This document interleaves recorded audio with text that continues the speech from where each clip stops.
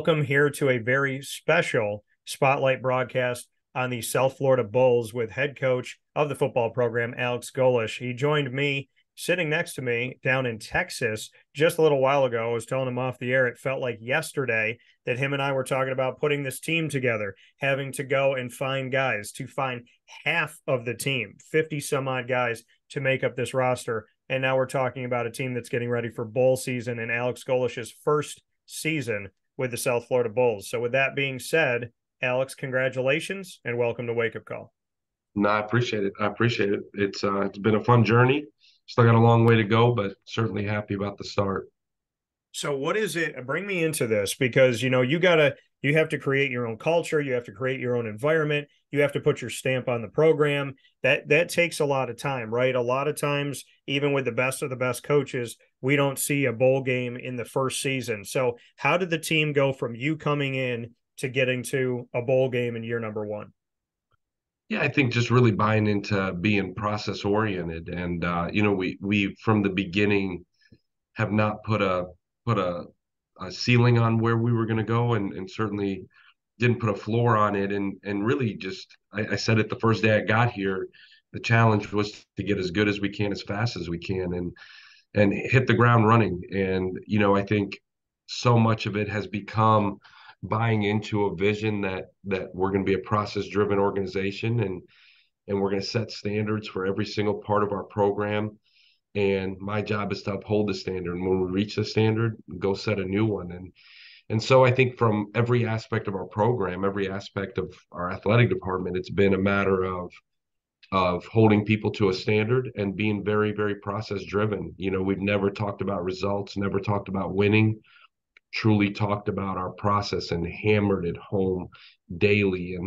And so you're seeing the result of that. We still have a long way to go, but certainly a start to get to keep practicing. We just got off the practice field, which is a really cool feeling. Yeah, and when you talk about bowl season and teams that get to advance to play a 13th game, the ever importance of having more practices, more opportunities to develop the young guys, as well as to just spend more time with your team, especially you being in your first year with South Florida, just what that does, because I don't think it's stated enough what extra practices can do for a team, not just now, but as you build this program toward the future. Yeah, I think it's a huge reason why good teams stay good and bad teams stay bad. You get essentially another spring ball, and you get to continue to work. Like you said, a lot of the young guys that maybe redshirted or didn't play a bunch, you get to keep those guys out and work with them. You get to, and I think of it so much in the O-line, D-line world, you get to develop those guys. But I think at the same time, you bring recruits on campus here for official visits. They get to see you practicing. They get to see your coach's coach. It's certainly a lot better than touring them around and there's nothing going on. So I think both those things, the ability to keep developing your young guys, the ability to keep developing your veterans too, the ability to show recruits, man, we're making progress. We're practicing still for something. Yeah. I think both those things are absolutely huge. Alex Golesh, the head coach of the South Florida Bulls, here on Wake Up Call with Dan Tortora, as they will be going bowling in his first season as head coach. This is a unique season. It's not only your first season as head coach, but as I had spoken about earlier, you had to come onto a team where you had half of the cupboard bare. How did you go about finding half of a roster and making sure you had the numbers to even have a season with your team? Yeah, I think so much of this job is general manager mode, is roster management and continuously communicating. I think so much of it, having a veteran staff helps guys that have been through it, but looking at it daily and making hard decisions. I think a lot of it is man, like, do I see a future for certain guys here? Do I not? Can I evaluate talent to where I can see a guy's value to our program? The ability to let some guys go, which is always, I think, really hard, but making those tough decisions, and then going in the portal and going into the junior college ranks and going into the high school ranks and evaluating and spending a lot of time watching not just highlight films, but point of attack films, and making really, really educated decisions on on guys that you can bring in here and develop.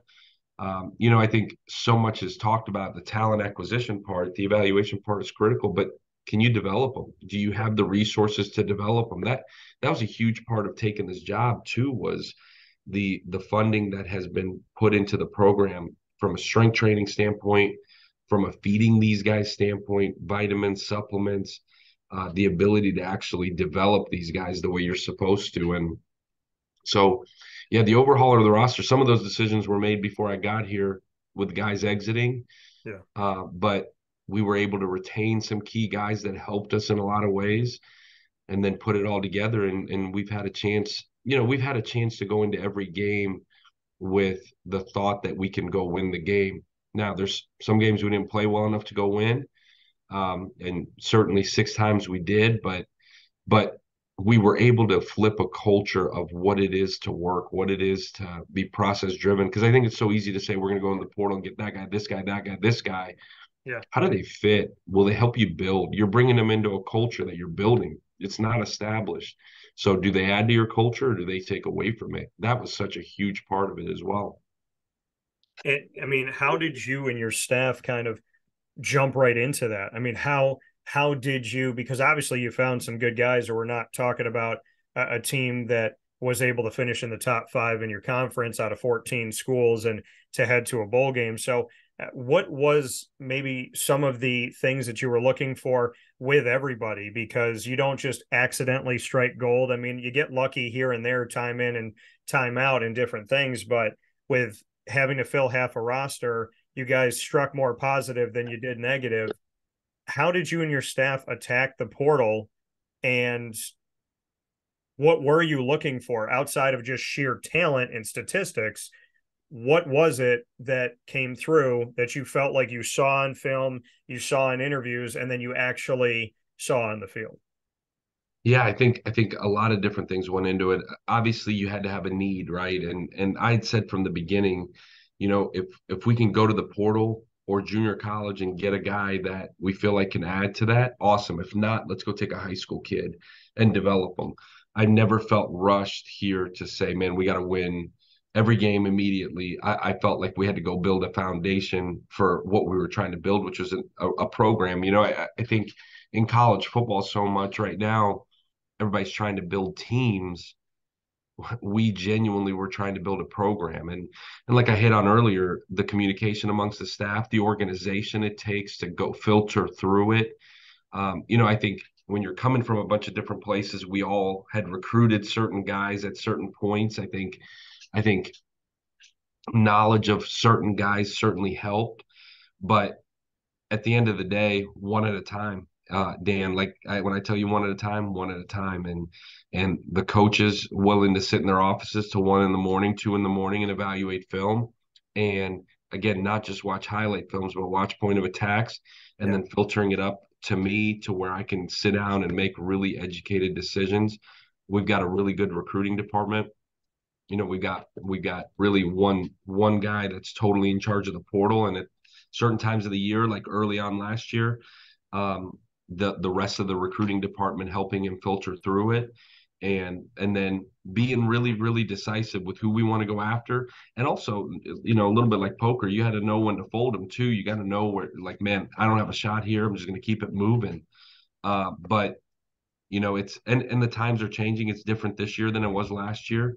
Yeah. But I think as we keep rolling one at a time, Dan, like one at a time, and communicating it up the chain and then going and attacking it. You were hired last season the day before the portal opened. I mean, you had to hit the ground running immediately when you were going through the process, because there's always that question of like someone who's been an assistant, when you get to finally be a head coach, did you have all your ducks in a row? I mean, how quickly did you put your staff together, and were you in the portal the next day? Were you looking at stuff? I mean, how did you kind of go through the process? Was everything ready and set? And when they said, hey, we want you to have the job, you're like, cool, here's everybody I'm hiring, this is what we're doing. I mean, how quickly did it all come together? Yeah, so I had spent a bunch of time um, a summer ago with the thought that I was ready to do this. I was in a situation where I knew that opportunities would come up. And I wasn't necessarily set on saying, man, I'm gonna take one this year, but I thought I was ready. And so I put a plan together. I put a plan together of what the first day would look like, the second day, the third day, the fourth day, the first week, the second week, the third week, with the start date being what would be a year ago this coming Saturday. And that plan was laid out. Through the interview process, you have to have the general thought of what your staff would look like. I was really fortunate. Again, the resources I was given here, and part of the reason I took the job was to go hire the guys I wanted to go hire. And so we had half the staff here almost the next day, and then kind of filtered in throughout the following couple of weeks. But I think the first thing was interview all your own players, sit down with your guys and figure out who's staying, who's going, who's worth convincing to stay. And I had some help with a couple of the guys that came with me where I knew what the roster looked like. I knew who we wanted to keep. There's an NIL component to all of that as well. But I had a really good plan. I feel like I was ready for that moment at that time. And we went and executed it and really stayed as close to that plan as you could imagine.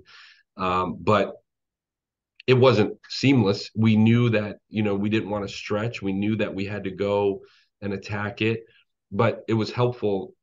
I had both coordinators here within 3 days of being here, had the O-line coach here, had the running back coach, had the receiver coach, had the D-line coach, had one of the DB coaches here. So our outside linebacker coach was here. We hit it running really, really quickly and worked really hard on retaining the guys who wanted to retain, and then worked really hard. You got to remember there was a 4-week gap between when the staff got let go and when I got here. So yeah, there's some guys out there nationally that went to work on our roster as well. But it was a good mix that we were able to get. It wasn't perfect, but it was a good mix that we were able to get that we wanted here. And so, for you, we look back at your history. You're going to a bowl game with South Florida now, but we know that you've had a history of going to bowl games on different staffs. Back in 2004, went to the Alamo Bowl with Ohio State, and then Fiesta Bowl with Ohio State, Poinsettia Bowl with Northern Illinois, Holiday Bowl with Oklahoma State, the Little Caesars Pizza Bowl with Toledo, the Military Bowl with Toledo, the Heart of Dallas Bowl with Illinois, Liberty Bowl and Alamo Bowl at Iowa State, as well as the Camping World Bowl that's right there in Orlando and now has a different name, the Boca Raton Bowl with UCF, and the Music City Bowl with Tennessee in 2021. So you know what it's like to go there as an assistant, but now as a head coach, you'll find out what bowl you're going to soon. Just what you could say about the excitement of being a head coach and taking a team to a bowl game, having had such a long history of knowing what it's like to be at a bowl game and that experience that coaches and student athletes will get. Yeah, I think really twofold there. We as we were getting close to potentially going getting to a sixth win, we started putting together itineraries, starting to put together a plan for what December would look like. But I think even before all of that, and I think maybe a little bit to your previous question, I've been through year ones of taking over programs that haven't been uber successful. And so that part of it, I feel like I've been through. The bowl game part. I think, as long as you've got the support staff around you. My chief of staff came with me from Tennessee, which is super helpful. My special assistant to the head coach came with me from Tennessee. So there's a lot of it really of familiarity with, hey, this is what we've done. What do you think we want to do here? But when you don't know what bowl game you're going to, we have 6 itineraries right now ready for Sunday to present to the kids. But ultimately, I told the guys this: there's always a team that wants to win the game, and there's always a team that's happy to be there. For us, going and getting our 7th win is absolutely huge. So there's a fine line between, man, we're going to have a really good time. Yeah. At the same time, we're going to go win this football game, and so. Process again. What does this process look like? Present it to them, hold them accountable to it, and then rock and roll with it. And there's a bunch of great things that have happened this season. There's a bunch of great things that are coming in the future. Here with South Florida Bulls head football coach Alex Golesh on Wake Up Call with Dan Tortora in this feature special on South Florida and on your journey, Alex.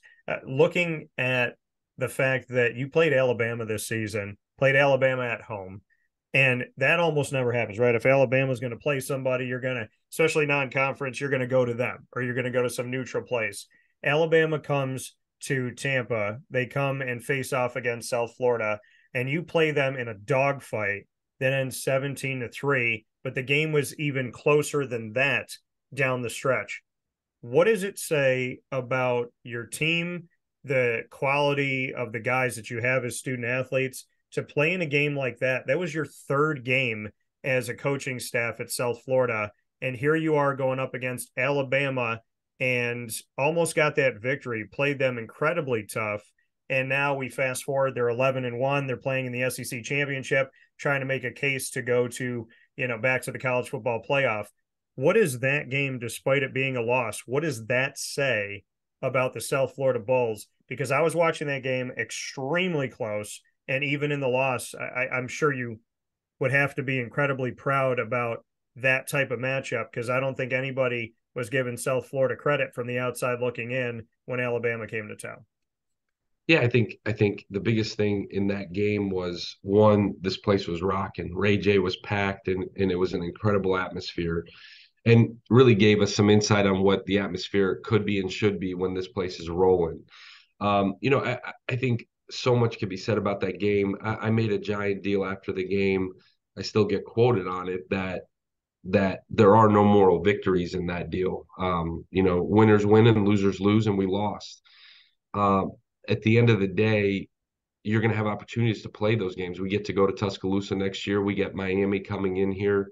We get to go play those games that when this program was rocking, when it was at its peak, those games were being won. We've beaten Florida State. We've beaten Notre Dame at Notre Dame. We've beaten Miami. Those are the games that, at the end of the day, will define the program.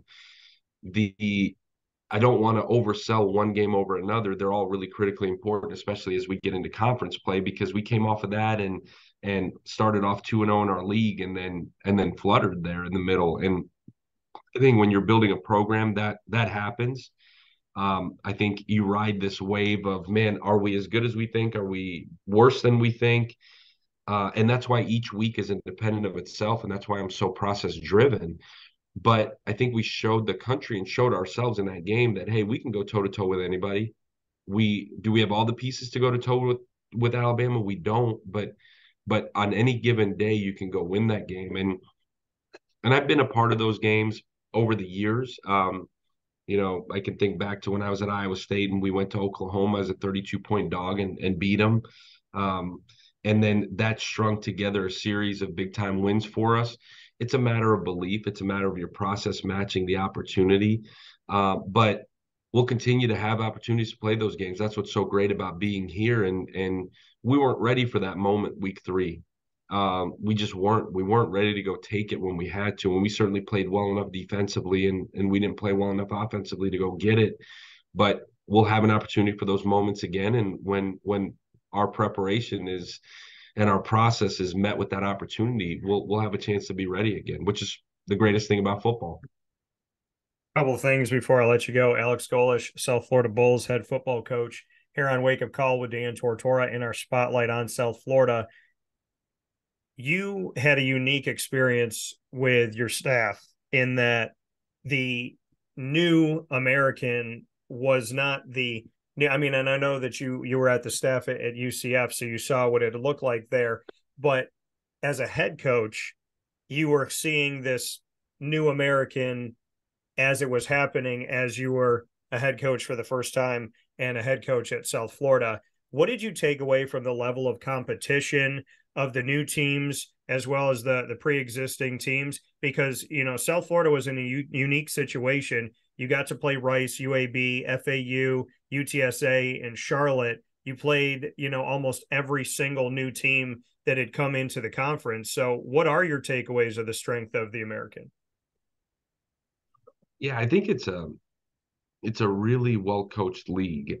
You go back to back to back. You're playing guys that have been doing this for a while, and you know some of the better teams um, from the conference they were coming from. Like we played UTSA on a Friday night. Like what a phenomenal football team that's well coached, veteran, has won a ton of games. I think the league, not that it's irrelevant. I think you look at it team by team, and the FAU had success in that league, and UAB was coming off a bunch of success in that league, and UTSA obviously winning the league a couple of years in a row. Rice has been a team that's gotten better and better and better with a veteran coach. I think a really well coached team. I think everybody was kind of trying to find their footing, and so you play Navy. Playing Navy, I've been down that path before. It completely disrupts your what you do every single week. And Yeah. so I think each team was an individual challenge. I think for us, we had to go beat the teams that we felt like we were evenly matched with at least. I think as I look at it, I feel like we can build a program here where, from a talent level and from a coaching standpoint, we should be able to go compete to win this conference. But I think well coached, I think really, you can generalize it all you want. Each team is its own entity, and there's positives and negatives with every one of them. But I thought that we competed at a high level. There was a stretch in the middle of the season, UAB and FAU back to back, where I had alluded to it earlier. I thought we played our worst football, and the challenge for us was to bounce back and go compete like crazy, because there was a point where we felt like we would be able to compete for the league. And we came off of back-to-back losses there, and went and played Memphis and scored 50, gave up 59, and you're like, man, how close are we really? And so I feel like every Sunday we were doing a lot of self-realization. But again, year one, you're so inconsistent. And I said it after our last game, as imperfect as we are and as many flaws as we had, the part that I get frustrated with is the inconsistencies week to week. And the part that I'm really excited about with is the fact that we've got an elite quarterback, and we've got a ton coming back, and we've got a ton to build off of. We've got a confident group that I think is starting to really learn what process looks like. But in terms of who we play whoever's on the schedule, and we're going to go prepare to go win every one of those games. And playing whoever's on the schedule, you're finally going to be able to play on campus at some point soon here. The Florida Board of Governors voting to approve the University of South Florida's plan to build a $340 million on-campus football stadium with at least 35,000 seats. You've been playing at the Tampa Bay Buccaneers Raymond James Stadium for many years. Your thoughts on this stadium and just what you can share with us about the timeline and what that does for you in recruiting, in retention, and everything, that South Florida is finally going to get a South Florida stadium, not a rental piece in somebody else's stadium. Yeah. I think obviously playing at Ray J is really cool, man. You're right in the middle of the city. You're in the heart of the city. It's an incredible venue. Um, I think really cool. I think this is like the last step for us as a program to put a bow on. Man, we've been playing football for 26 years, so it's still so young in so many ways. I think this is the last piece of it to tie in certainly the campus community, the students, but our alumni base. I said this before, such a unique situation where we've got 52,000 students. This is a top 45 public school in the country. We're right in the heart of Tampa. Like, in every imaginable way, Dan, this is a gold mine, right? Like it should be a upper echelon college football program. Well, it's at a point now where, what are we missing? We're missing a place on campus where the students can unite, where our alumni base can unite. I've met so many through this NIL initiative. You got to go raise money, and I've met so many alums that have had season tickets here from down in Sarasota and Venice and Fort Myers up to Tallahassee, that come to games, have season tickets, haven't been on campus in 10 years, haven't seen what this looks like. And so I think it's so big from the students waking up on a Saturday morning and doing whatever they do before a game and walking into a stadium to the alumni base being back on campus and seeing what's been built here. It's so different than it was 10 years ago. And I think all of that will kind of be the last piece of the puzzle for us to go where we got to go as a program, as a university, is having a stadium right out these windows and really bringing this campus community together. How vital is it for you in the NIL initiative to continue, not just for NIL, but in general, how important is it to connect to the alumni, to know who they are when they come on campus? You weren't their coach, but to know their names, to know when they played, to know what they're all about, not just to raise money, but to show respect and show appreciation for who helped to build this program 26 years. Just what you could say, especially with the youth of that, not even 30 years, that, most of these people, God willing, are alive and they're well and they're thriving. So how important is it for you to connect to the alumni, know the alumni, and be able to say when they come on campus, hi, Quentin, hi, Roger, hi, Steve, hi, Pat, how vital is that for you? I think huge. Like you said, certainly from an NIL and a fundraising standpoint, but football is the doorstep of every university. I understand the responsibility of being the head football coach and representing this university in every imaginable way. And so getting to know the alumni base, getting to know the community, getting to know the leaders within it, absolutely huge. And there's certainly a support staff that's here to help me, but I understand what comes with it. As we have more success, it's going to be even more apparent, but it's absolutely huge. And in the NIL era, I think it's magnified in even more ways, Dan. Yeah. And just a final note for you, Coach. Do you envision yourself getting to see the stadium come to fruition, getting to see the evolution of this football program? I know that, anything can happen on any given day, but this is your home as a head coach right now. Is it something that you can envision staying at and growing and fostering and not watching the rise from the outside, but watching it from the inside? Yeah, I mean, I came here with the intention to build this program into one that can go compete for championships. With going to a 12-team playoff, I envisioned it as an opportunity for us to go in this league and go compete for a national title. I think that's still the standard that we're working to uphold. In terms of longevity, man, Dan, I get to live in Tampa. I have the resources to go hire a staff of elite men and women. And I feel like for a long time in my career, I didn't have to move my family around a whole bunch. And the last couple of years, we've had a moving truck out front of our house way more than I would like to admit. And so, man, we're so happy here. We're so blessed to be in this situation. I don't see myself going anywhere for a really long time. We've certainly got a lot to do here. And I'm as happy as I've ever been in this profession, certainly personally and professionally.